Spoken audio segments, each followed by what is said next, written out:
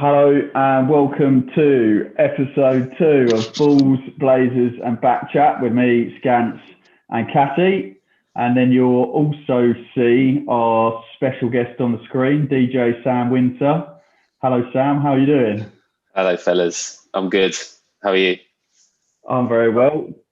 Rugby royalty right here. Yeah, we've certainly got. Mate. We wanted to go as special as we could with our first guest, and it wasn't a hard choice for us, was it, Catty? No, mate. There's only one person to bring on. The best ginger in the club. So yeah, we wanted to start with just a big thank you. I mean, I think we've been racking up the views on YouTube. I haven't been contacted about paid ads yet, but I think we're over 200, which was pleasantly surprising for us.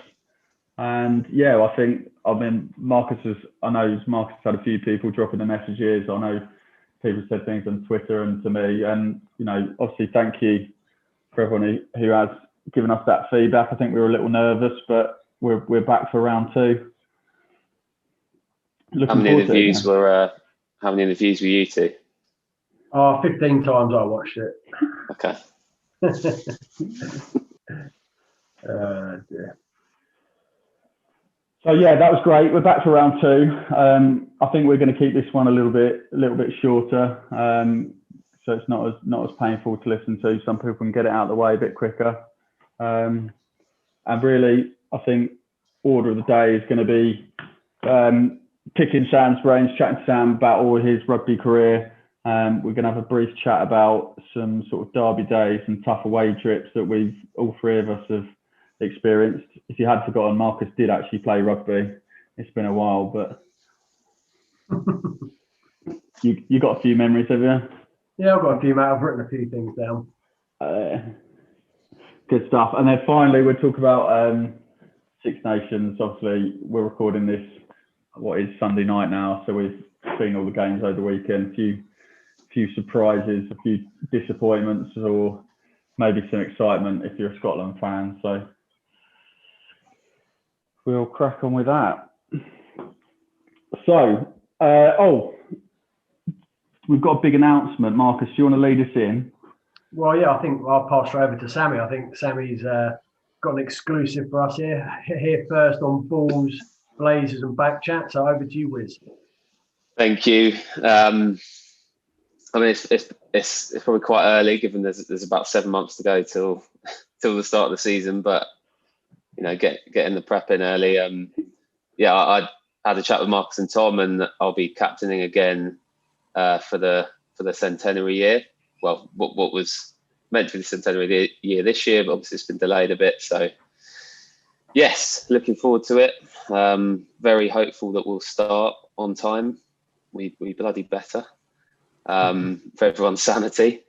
But yeah, no, it's obviously when I had a chat with Marcus and Tom, wasn't sure what was going on with the new season, but it was a fairly easy decision after I'd had to think about it, and just very, very even more excited than I usually am to start a season. Is that 5th year, Sam? It'll be your 5th year. Yeah. If we count this year as a year. If we count this year as a year, it's the 5th year, but we can't really count this year as a year, can we? So 4 seasons of rugby. We trained hard. We trained hard, yeah. We might get a few friendlies in. You never know. Is it just a 1-year contract, or is it open-ended? Do we know? Are we allowed this information? I think I've only signed for a 1-year contract out of personal choice. No, I mean, who knows? I'm 31 now, mate. It's I did actually have a condition though, that which has been signed off by the coaches, that jugs in the changing room after every home game is now compulsory. Okay. So that's I think I've done well there. Good. The extra tenner on the pay packet for being captain is always worthwhile, I would say. You got to hold Absolutely. on to that. 30 games a season, that's 300 quid, isn't it? So. Hey, it is. Quick maths. Good stuff. So obviously that's massive news. I mean, I obviously have Mark, you wouldn't have played on Sam as a captain, but obviously, well, you might have at some point. But obviously, I haven't. You know, you're one of those guys in the team that's pretty cool, calm, collected. And I think that'll pay dividends next year, because I think we're a young squad at the moment, and I think we've got some of those, you know, less of those old heads, those calm guys that know what to do in the right situations, and you're definitely one of those people. So I think that's definitely a positive step forward for the club. And I suppose you're happy, Marcus, that Sam said yes and keep building what we've built over the last year, 2-3 years. Yeah, consistency is obviously key, and for Sam as well. I don't want to blow too much higher up his backside, but you know, he's probably first name on the team sheet still at the moment. His performances last year, I think, were probably the best in consistently across the season in a Stortford shirt. But less of that. Let's start diving into Sam's career a bit. So, Sam, tell us how did it all start, mate? How did it all start? I didn't play rugby until secondary school. My dad played for the Met Police, and he had a season for the first team back in the day. So I used to obviously go and watch him, and always played it a bit in the garden. But I was a swimmer. Quickly quit that because it was boring. I remember just sort of, I wasn't very good until about year 9. I grew in year 9 at school, and like started to feel like I was having a little bit more of impact, and I like broke into the A team at school. Mr. Bousfield gave me my opportunity, for anyone that remembers him, who went to Boys High, legend. Joined the club in about, I think it's year 8. So what's that, under 13s or something, under 14? Yeah. So yeah, joined the club then. My age group was Jack Coleman, Mark Ray, Chris Clayton Smith, Aaron Mahoney. Unfortunately, it was a year that not many ended up actually carrying on. I think it was only really me and Aaron that ended up going on and playing for the first team for my year, which is a shame, and also quite rare, because like the year above us and year below us, there was loads. Were you always a back? Were you always a back?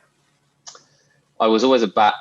I was stuck on the wing when I wasn't very good, and then I started playing fullback because I don't really know why that happened, because I still can't kick, but I think maybe I could tackle, and that helped. And then as I said, I went from not really playing in the first team at school to playing, or in the A team at school, to playing for the school first team in year 11. And then sort of went from there really, and then was part of a good Colts team. We won we didn't win. We got to the final of the National Cup. And had like a couple of memorable trips. Beat Red Roof 7-6 at Red Roof. It's the only time I've ever won there for the Colts. Nice. For the Colts, you used to play there for the Colts. Nice. Absolute mud bath. Yeah. I think I played 13 that day. That was my first game at centre. But I didn't move into it. I was fullback until maybe my second, third season at Stortford. So when did you start really getting excited about rugby? And obviously starting a bit later. I mean, a lot of us start probably when we're 8, 9, 10 or whatever, and by the time we're maybe 14 or 15 are getting really excited about rugby. Was it sort of Colts and first team rugby at school where you sort of thought, yeah, this is my bag now?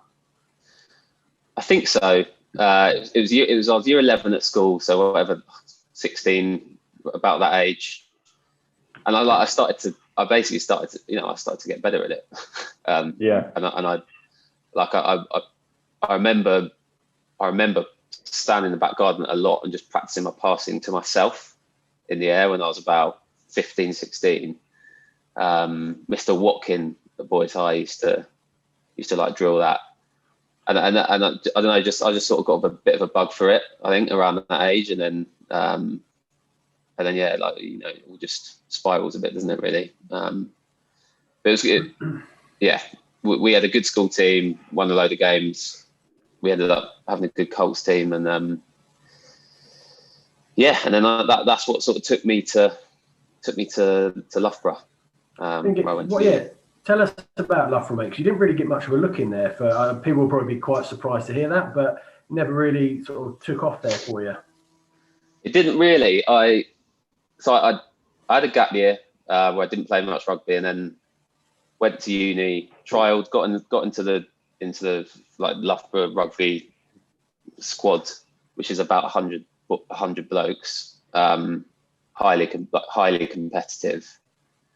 And yeah, I played my best level of rugby at Loughborough in my first year, and then I went down. I went down the teams a lot. I just too much down the SU, mate. Yeah. To be fair, it was a bit of a shock to the system, because it was like the most professional environment. Like, they were quite big. They were quite sort of forward thinking, I guess, when I was there. It was 2008 when I was at Loughborough, and they were in National 2, I think, their first team at the time. But they had, like, all the facilities were awesome. They were training every day, and yeah, I'll be honest, mate, I was enjoying myself, and in my first year, I think yeah.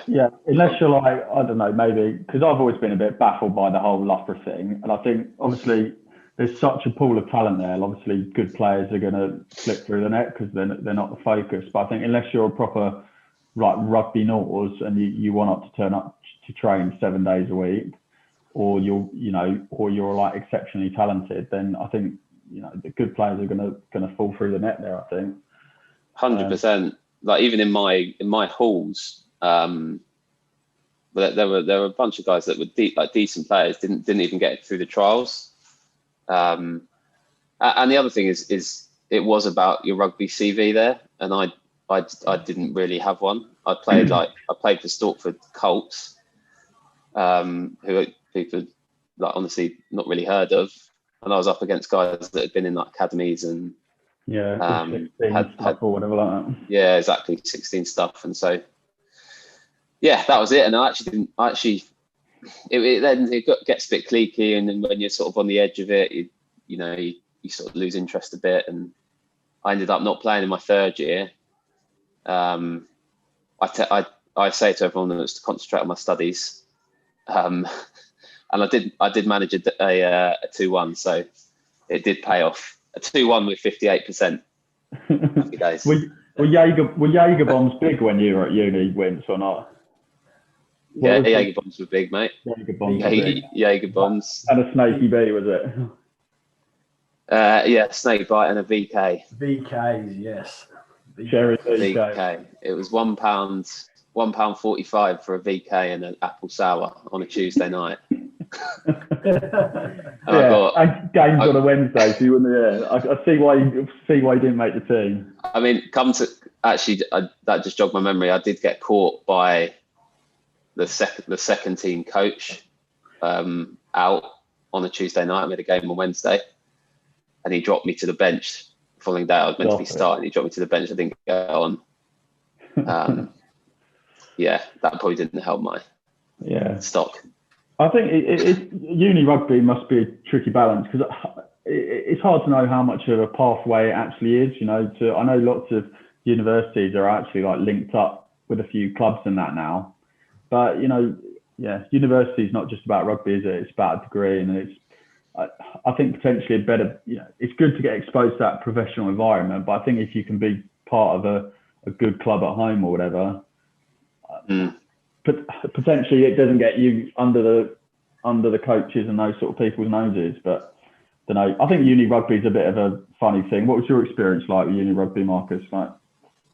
Yeah, it wasn't as obviously high level. University of Gloucestershire, so there's some good players come out of that, and there's a few lads still playing up in the national leagues. But We had a good social side, but I think we played one below Super Bucks or whatever that was. So it's a good standard, but we certainly enjoyed ourselves off the pitch as well. Yeah, I think we were only good. We were only good at off the pitch in Derby, so I wasn't too worried about on the pitch. It is I would say it's a good, I guess, good stepping stone to men's rugby. Yeah, like, it does. It's a sort of eases you in to men's rugby. I think going straight from Colts to, like first team is. I mean, obviously people do it a lot these days, and players are younger and younger. But at the time, it was. I was pleased I had it. It's quality rugby still, isn't it? Because maybe if you're not at that level and you come out of Colts, you end up playing rugby in a second, a third, or a fourth team maybe, or whatever, and you don't get the quality. But whereas if you go and play at uni, you get, you not quite the high physicality, but you've got the quality. So great. Yeah. So fast forward, were you playing rugby for the club whilst you're at uni, or were you totally out of that? So I played like the odd game when I came back for the second team and the third team. I remember playing with Rosie a couple of times in the third team, and I'd play at Christmas, and when I was back from uni, but not really, like, didn't have much contact. It was the odd text from Slady around Christmas time, and I'd play, but. That didn't. To be honest, I actually very nearly just stopped playing rugby after uni. I was quite close to it because I hadn't played for what like a year. Put on a bit of weight. My graduation photos are the worst shape of my life. What would you have done? What got into the DJ industry if you didn't do rugby, do you reckon? I have no idea, mate. I don't know what I'd do, and I'm so pleased I made the right decision. Finding a few edgy bars around Shoreditch. Yeah, possibly. I've always fancied myself as a badminton player. Mate, if you're good at badminton, fair play. That's tough. That's agility. I don't know. Who knows? Okay. So awesome. So you end up back at the club, and then what was yours? I sort of want to talk about. We can gloss over, but talk about sort of first team debut, and then I suppose, how long have you been playing first team rugby now? Yeah, sort of go through that. I did have a one-off game in my. This was when I haven't been playing rugby for Loughborough in my third year. I think Marcus. I'm pretty sure you were playing. Dorking away, and you had like so many injuries. Yeah. And you must. Was that just Marcus or the whole team? No, I was playing as well. Marcus, I remember Marcus was playing, yeah. But I got called back and played. We lost by 40 points. I slipped at fullback because I had moulds on. They scored. One of their centres ran around me. Did a Stevie Gerrard. Yeah, it wasn't the best. It was near Christmas. It was muddy, and we were really light that day, and they gave us a bit of a hiding that day. I remember. Mate, they did. I think that's how most people's first team debuts come, doesn't it? Lighter players, horrible weather. I think so. My first proper game where I'd earned the right to be in the team, and I started on the wing at Canterbury. And we got beaten by 55 points. So I went like 40-0, 55-0 first two games for the first team, and I thought, good start. This wasn't the return to rugby that I'd envisaged. But I actually think that first season, we ended up finishing third. I think, Marcus, and me, third or fourth. We beat Canterbury last game of the season. We beat Canterbury at our place by 20 points or 10 points. It was like 30-odd, 20-odd game, and that was a big turnaround from being touched up by them earlier in the season. Was that the season that we went on the unbeaten run, or was that the following season? No, that was that one. Yeah, that was that season. Was it like 16 games? Yeah, something like that. Yeah. That was pretty incredible. What's your favourite memory in a Stortford shirt, Sammy? Favourite memory in a Stortford shirt? I can't put one over the other. I think with the two promotions, I think it's probably a bit obvious, but the actual day, getting promoted from National 3 to National 2, that day, I think with it coming down to the wire and all being on that last game against OEs, so there was a bit of rivalry there. It was just a pretty incredible day, to be honest. It was sunny, wasn't it? It was nice. More than 1,000 people up there, and then a pretty ridiculous game of rugby, and we ended up winning that by a bit in the end, didn't we? With Cattell cantering in for the winning try. Great try. Stop it. But I think that's got to be up there.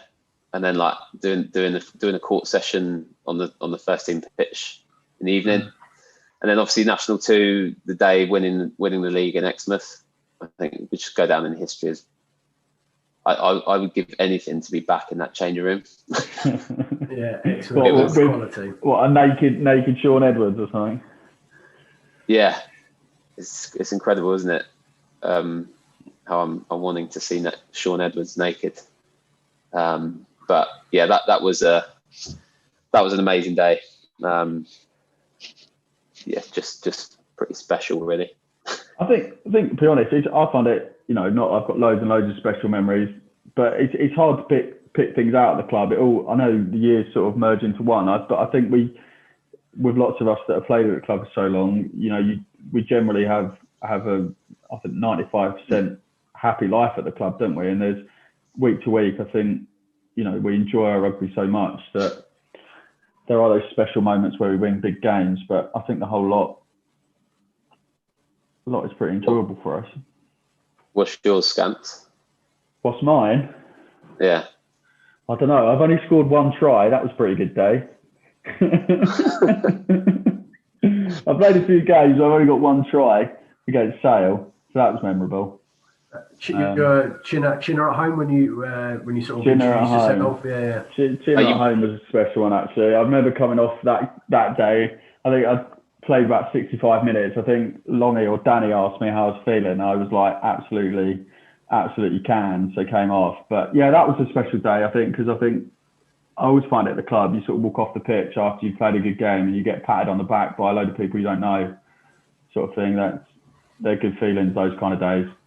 The big crowds up there and things. Yeah. So love that. Yeah, go on. I was going to say, I don't know if we'll get on to other, I suppose we will, derbies and things, but we do seem to have we obviously have great travelling support, and that also makes, I think, for better away days. So we've had some cracking away wins. Maybe we'll talk about them in a bit. Yeah, I think final thing I want to touch on with you is just we don't have to talk too long about it, but it's just sort of why Stortford. And I know you've played England counties rugby, and I'm sure you've had text messages or you've had emails or you've spoken to coaches from other clubs perhaps, or you've had some offers and things, and why you've always stayed at Stortford. Has more money ever tempted you, or that sort of thing? Well, I think early on, I was 20. I finished uni, played National 3. Didn't really get many offers then, and then it started about a couple of years in. I started to get a few offers, but never. I've only ever had one offer from a championship club, and that was last year. So, I think I quite quickly realised that I love playing rugby. And I love playing for Stortford, and I think, but you got to be realistic about this stuff, and you're not gonna, the championship's great and fair play to everyone that's playing in it, but I think don't you, if you're good enough to make it or not, and I think if it's a tough career in the championship. Yeah. Do you think if that offer was 4 years earlier or 5 years earlier, you might have been a bit more interested in it, or possibly.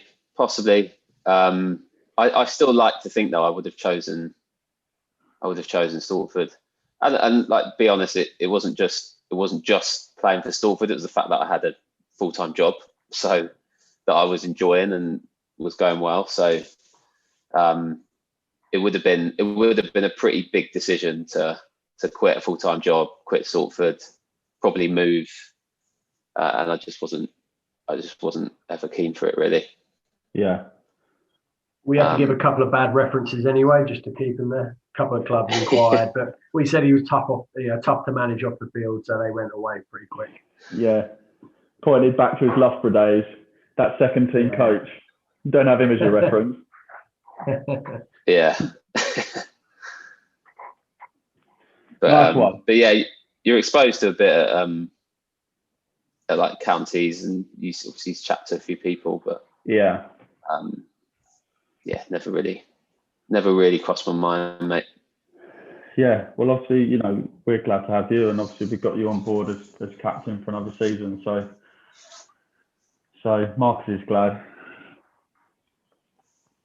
So yeah, we're gonna. Mate. Yeah, you look it, mate. You're not as smiley tonight, if I'm honest. Oh really? No. Have you had a bad weekend? No, mate, really good. No, good, mate. No, all good, mate. Sure. Mate, I'm ready. I'm ready for the next section. I've made some next section. Here. Take us into the next section, please. All right. So, I'll start with you, Wizda. We sort of decided to talk about sort of derby days, so the big sort of derbies, and also tough away trips. So, do you want to start us off there? With derby days, I already mentioned my debut at Dorking, but I think we ended up.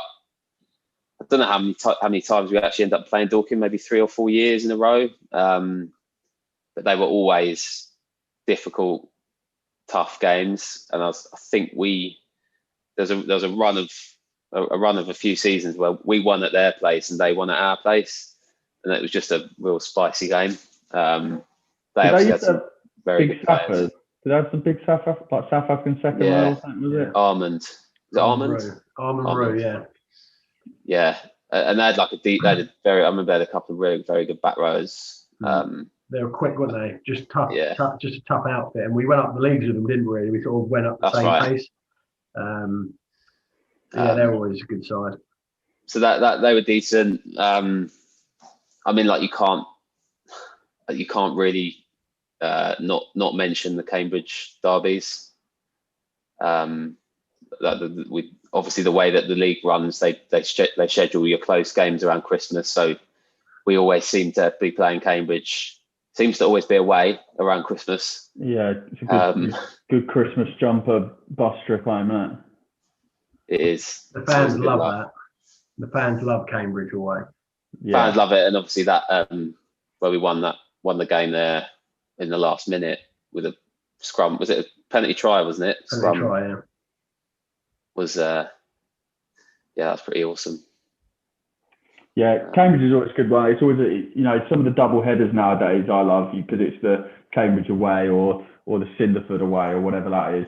It's 40 plus lads on the bus, isn't it? And we tend to have a feisty game with each side and do the bit on the bus home, which is obviously what we enjoy the most. So, what was your toughest away game, Sam?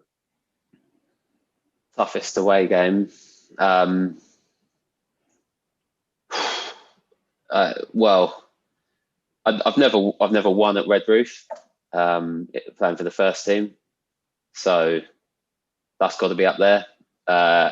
Always difficult to go to Taunton. I always found, even though we did win there a couple of times, I'm looking forward to playing them this season. They're a good team, well drilled, and it's always difficult to win there. I'm trying to think over the years. Darlington's always. We've never won at Darlington. Yeah. They're a good side. We always do the way they play. Well, yeah. Do we normally play them towards the end of the season? I know they've been a couple of end of the season, and it doesn't often mean too much, and they're all units, aren't they? We played them last game of the season 2 seasons ago, wasn't it? We had that big night in Newcastle. Bobby Dazzler. Good. Bobby Dazzler. Spawley and. I think there was a good story from that one. I can't remember who it was that wanted us to get, because we were staying at the Premier Inn, or something, and I think someone got in a taxi and said, "Can I go to the Premier Inn?" And the taxi driver was like, "Which one, mate?" And he's like, "I've got no idea." So I think that he managed to, I don't know who it was, something you might be able to say, but I think whoever it was, at the third time of trying, they got to the right Premier Inn. Yeah, tour of Newcastle, Premier Inns. That's a long old trip on the way back next day. We're not used to going away to a big city, are we? Thinking there'll only be one hotel in the place. But who was your derby always against Scants, like coming through the youth and stuff?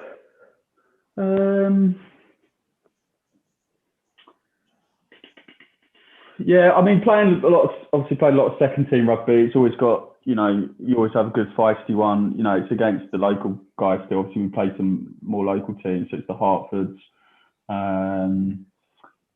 and sort of Cambridges. We've had some tasty ones with Bury. We used to like I said. They were some double headers, weren't they? Back in the days when some punches used to fly. I think the Alden brothers used to enjoy a bit of that. But yeah, I think Richmond as well. That's the toughest test for the twos at the moment. The Hurt Locker. So we thrive on those, going to play on a pitch that's too small for you and playing against often some tasty blokes that, played in their championship side trying to prove a point or something. So there's certainly some tough ones. But what about, talking of the old days, Marcus, or like the Hertfords and... Yeah, Hertford was always a big one. Hertford, OAs, Tring as well, sort of the Hertfordshire derbies. But Hertford, when we for my first few years anyway, we played them a number of times and we never got close to them. They used to bum us in the scrums big time, and we used to struggle against them. But we turned it around, and I think the first time we'd won at Hertford for God knows how many years, when we won that 3 that year just before Christmas. So and then obviously we've sort of gone sort of separate ways in the leagues. We had 14 men that day. Yeah, Jono got sent off for like some ridiculous. Yeah. It wasn't a tip tackle on their winger Crompo, who was good mates with. Yeah. But yeah, Hertford for me with the derby days, and then tough away trips always Redruth, up at Redruth, Taunton, and Worthing. We always used to struggle at Worthing away. That's where I made my debut. They were always big up front and very physical, heavy pitch. So yeah, that's sort of the teams I picked out. It's obviously my day, and probably most of Wincy's. It was always Mark McCrafe at the back of the bus, maybe Bawley and maybe Tomo as well. Who's it when you first started playing? Oh, Colenso and Bezzy and Stewie Haslam. You were scared to go past the halfway point. Yeah, you were sort of within striking distance. But yeah, and then after that, the likes of Mark, Tomo. Is it still the case that you had to slowly work your way back there? Was it or? Yeah, kind of. Yeah, you would get invited back as you sort of became more senior player, but. Good away trips. The bus trips back were always, something I miss at the moment. Enjoying the beers with the boys after a tough game of rugby. But Pop-Up Pirate was always the game as well. Yeah. Yeah, it was a good game. Oh, what was it? Loser does what? When it pops up, you get some nasty drink thrown your way. But this was in the days where the longest away trip was probably like 2 hours. So. Yeah. It was always quite an intense drinking session. Where nowadays, you have to have like a 6 hour 6 hour marathon, and you almost sober up by the time you get back. You can get pissed twice. You chin a few, have a sleep for an hour, and then get back in the game. Have a BK at Membry Services. I think Tree's done a sick within about half an hour of being on the bus, hasn't he? He had a kit for 2 hours and then come back in strong. I did used to enjoy the cheese, the Popey's cheese and port. Yeah, that was it was only a couple of seasons, but that was nice.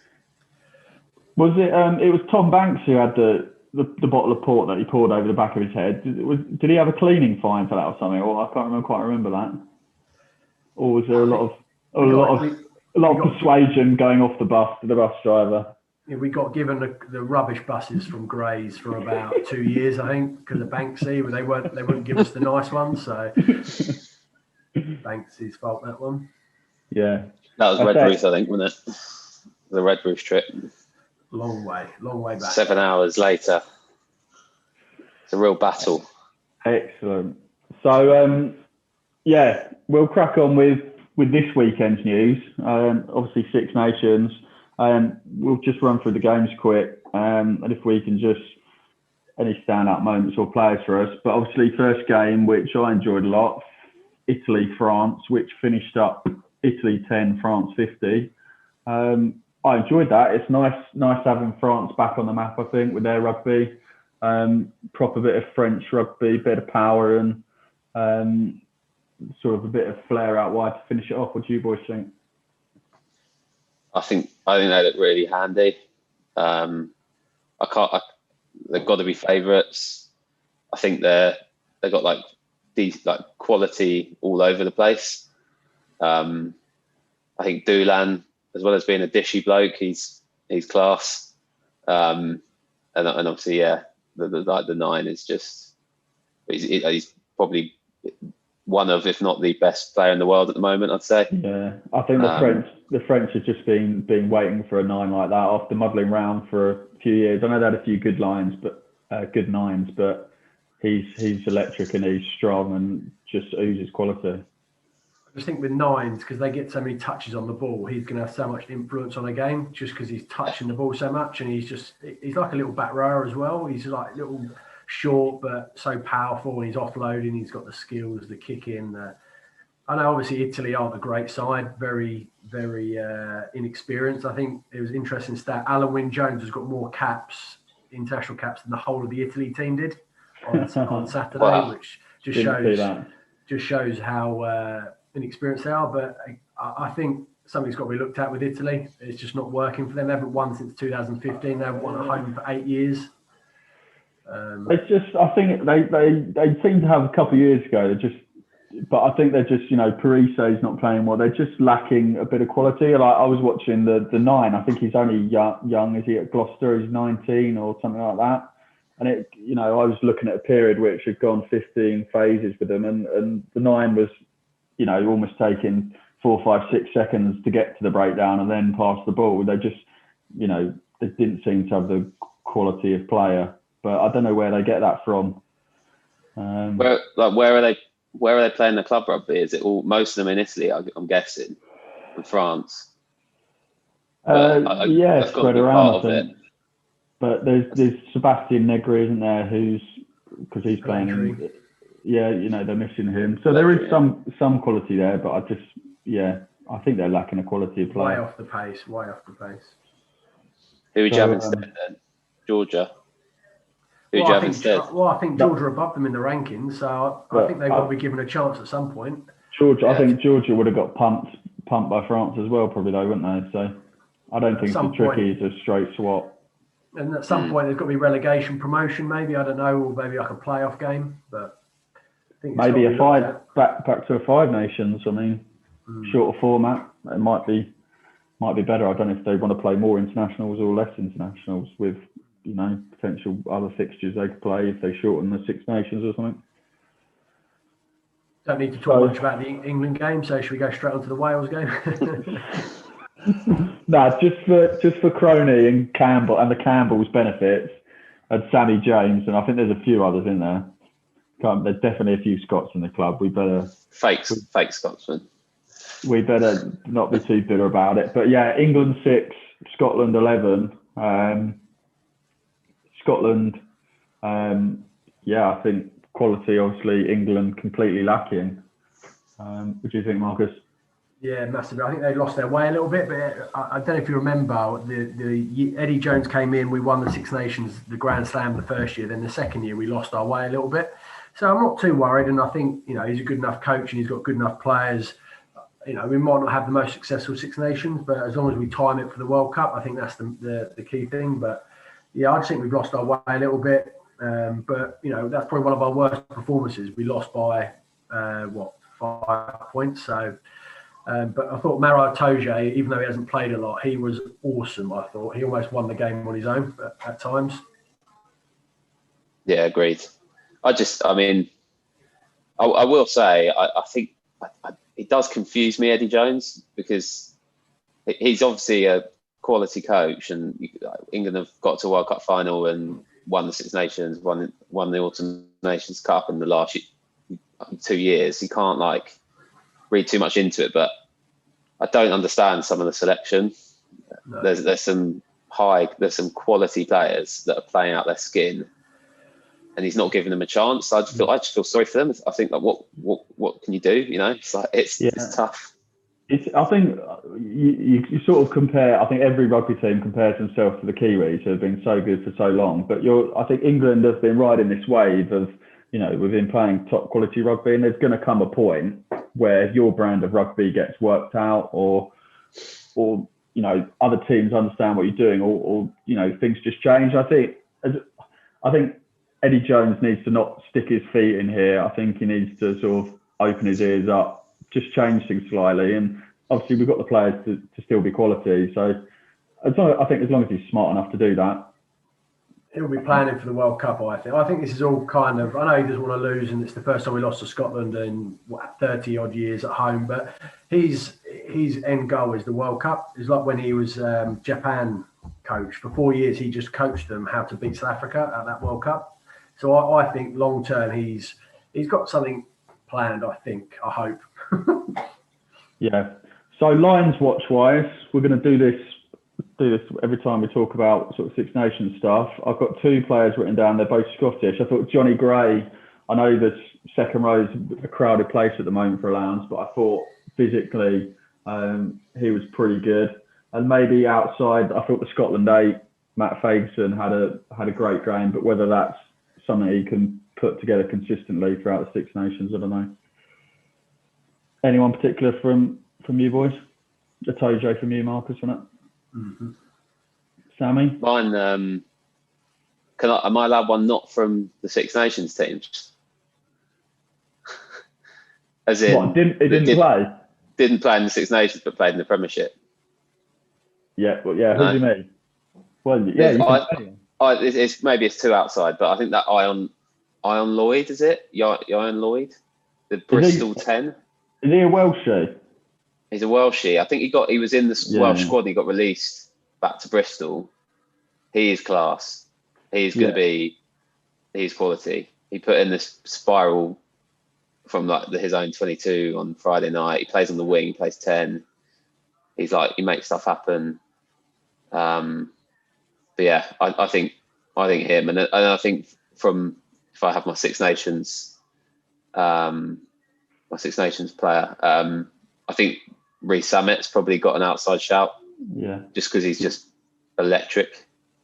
Yeah. Obviously, the Wales Ireland game today, Wales 21, Ireland 16. I think he was.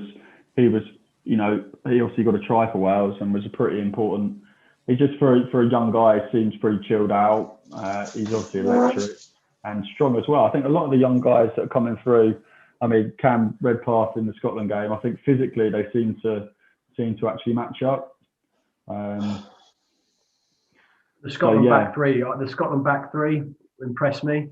Hogg, Maitland, and the Safa fella, Van der Merwe. Yeah, I thought that was a good finish.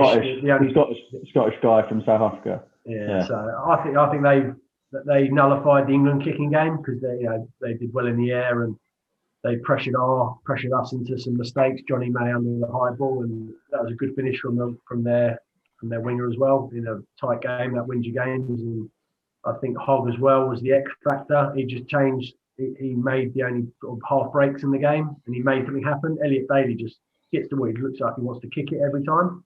He's almost lost his ability to run the ball and sort of beat defenders, where Hogg does it every time. I think Hogg was class. I think just on kicking, I thought Farrell he kicked it to Hogg too much. It was too easy. I mean, maybe it's Hogg's positioning, but it seemed like every kick went down his throat, and he had so much time to decide what he wanted to do with it. So, yeah. So Wales Ireland. I mean, I'm obviously watching that just earlier on today. I thought it was a bit stale, really. I don't know. Wales, I think, are a team who are maybe turning things around, but I think Ireland, to me, seeing, you know, their brand of rugby with Sexton and Murray, you know, I think they've got better options at 9 and 10, but they still sort of seem to be sticking with the old ways. So it just seemed a bit of one of those, you know, maybe with no crowd in the stadium, it was a bit of a stale Wales Ireland Six Nations game, really, with some good stuff, but nothing as a neutral to get me to jump out my chair. No, I think Wales needed that bit of an ugly win. They got a bit lucky with the sending off, but they just sort of held on in there, and I think that will give them a lot of confidence. And I think they'll improve over the Six Nations, but they just needed that. A win is a win, as they say, and that will hopefully now give them confidence. I thought that poor old Billy Burns. Yeah. We played against us, didn't he, as well, for Hartbury. Went too much. Shocking. So, I thought Wayne Barnes did a good one, because I know there was obviously that sending off, and I think during the gameplay, I think the players complaining, he was like, no, nothing in that, and obviously had to swallow his pill a bit on review, but I thought that was good, some good refereeing.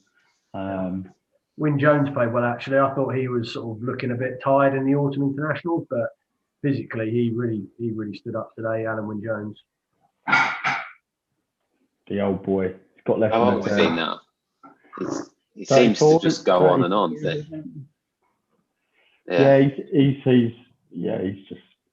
got the quality in it. It'll be his fitness. I don't know what his injury list looks like, but the physios are obviously rubbing something special into him. Perhaps some CBD products or something, maybe. So I think we've probably gone on far too long again. It's too easy. Yeah, no, right. We're about 45 minutes. We've lost a few listeners, but that'll be all right. Yeah, 45. Few people would have seen Sam's shirt and turned off straight away. Mate, you said wear something fruity. This is the fruitiest number I could find. Yeah, Marcus has got. He's just pure blue and white through and through, aren't you? I bet if you take that off, you've got a Stortford t-shirt on underneath as well. Yes, I have. Mate, loads of stash over the years. Yeah, it's the only rotation that's needed. You only go through about 2 pairs of pants at the moment. Yeah, exactly. Bryony gets the washing done every day, bless her, so not much gets changed up in my house. Should we finish with the question? Oh yeah, we've got I think you've come up with this, Marcus, if you want to talk through it. Yeah, so a bit of feedback from someone who listens to a lot of podcasts, Mr. Andrew Richardson, just a little shout out there for him. Wiggy. Yeah, so he listens to a lot of podcasts, and what we're going to do is we're going to ask this same question to all our guests over the sort of every fortnight we come on. So I've already prepped Sam with it. So we all like to stay at the club for as many beers as we can. So Sammy, what is the best excuse you've come up with which enabled you a few more beers at the club? So it's a classic that I'm sure most have done, but luckily it was with an ex, not my wife. But yeah, we were. I don't know. I can't remember where we were away. I was meant to be going to her parents that night, but obviously we had a few beers on the coach, and yeah, the usual shouts of Bacchus started floating around, and I thought, I quite fancy it. So anyway, we actually got back to the club, and I was sat there thinking, right, I can make a decision now. I could go now, or I'd stay. And I hadn't told her that we weren't back yet, that we were back already. So I went into the showers at the club, and like cowered in the corner. It was the quietest part of the rugby club I could find. And I was like, we're still on the coach, stuck in traffic. I just don't think I'm going to make it by the time I get back. It's going to be late, and I don't want to turn up tired. She was like, it's very echoey where you are. Doesn't sound like you're on the coach. I was like, I'm in the toilet. I'm in the toilet. And well, thought I'd got away with it. But after quite a few beers, she rang me later that night, and stupidly I answered it, and I was obviously hammered and You got out rattled. still, and and we split up a week later. Oh no! But it was a mutual thing. I realised that if I'm lying to my girlfriend like that, I can't. She's not the one. And but it's all to start the club and have a few beers, isn't it? It's an important matter, mate. So exactly. She obviously couldn't forgive you. It's a short career. You'll do it where you can. That's definitely tripped a few boys up. We might have him on, but I know Tomo's had the same thing. He tried to pull the same one, but the bus hadn't got home yet. He was texting. It's Lucy, isn't it? Is it Lucy? Yeah, he was texting Lucy. The bus isn't back yet. We're still on the road or whatever. But I think what Tomo didn't understand was that he had his Snapchat app on or something like that, which tracks your phone location. So I think she screenshotted Tomo's location at the rugby club back to him, asking him where he actually was. Brilliant. So I think that's probably one of the regularly used excuses. Hopefully we'll hear some different ones and some good ones as you go on. But well done. Okay. Thanks for joining us, Wizzy. Great news on another year of captaincy. Thank you, fellas. Yeah, enjoyed it. Appreciate it. I'm honoured to appear on the podcast and honoured to be captain. Yeah, let's hope for some rugby soon, eh? Fingers crossed. Yeah, we're all buzzing for it. All right, over and out, and I hope everyone's enjoyed this one. Please listen to it. Please share. Please tell people about it. All that normal stuff. Hopefully we'll get more views than the first one. We'll find out. But if not, I think we're cracked on for being back in 2 weeks, Catty. Yeah, back in 2 weeks, mate. See you later, boys. Cheers, guys. See you, everyone.